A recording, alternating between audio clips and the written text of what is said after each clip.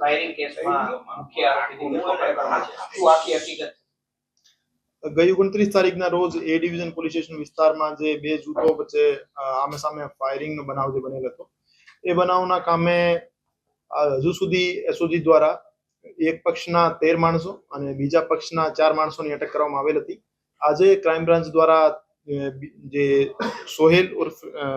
સોહેલ ઉર્ફે ભાણો, શાહનવાજ ઉર્ફે નવાઝ અને સમીર ઉર્ફે મુર્ગો આમ આ 3 માણસોની અટક કરી.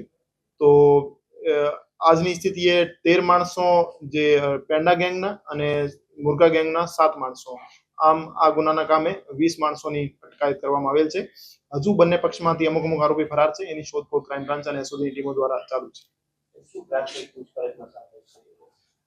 એમને હસ્તગત કર્યા પછી એમની ગહેન પૂછપરછ કરવામાં આવેલ હતી કે એમને હથિયાર કોને સપ્લાય કર્યા હતા અને હથિયાર કોને આપ્યા હતા અને કઈ રીતે અહીંથી બનાવ બન્યા પછી ભાગ્યા હતા અને એને શરણ આપનાર કોણ કોણ હતો, એની ફાઇનાન્શિયલ ટ્રાન્ઝેક્શન, એની લોકેશન, એની મોબાઈલની મૂવમેન્ટ, આ બધી બાબતે ગહેન પૂછપરછ કરવામાં આવેલ હતી અને સાંજે એમને એસઓજીને હસ્તગત હેન્ડઓવર કરી દેવામાં આવેલ હતા.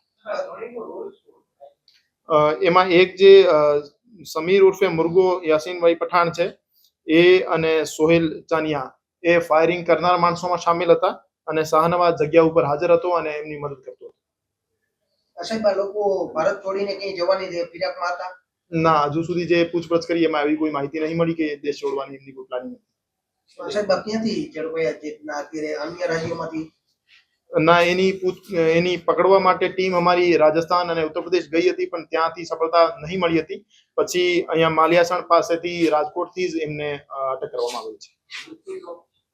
વધુ એક આરોપી જે હથિયાર આપવામાં એની પણ આજે એસઓજીએ જે સંજયસિંહ ઝાલાને હથિયાર સપ્લાય કરનાર માણસ હતા ઋતુરાજસિંહ, એમની આજે અટક કરી છે અને એની પાસેથી એક દેશી તમંચો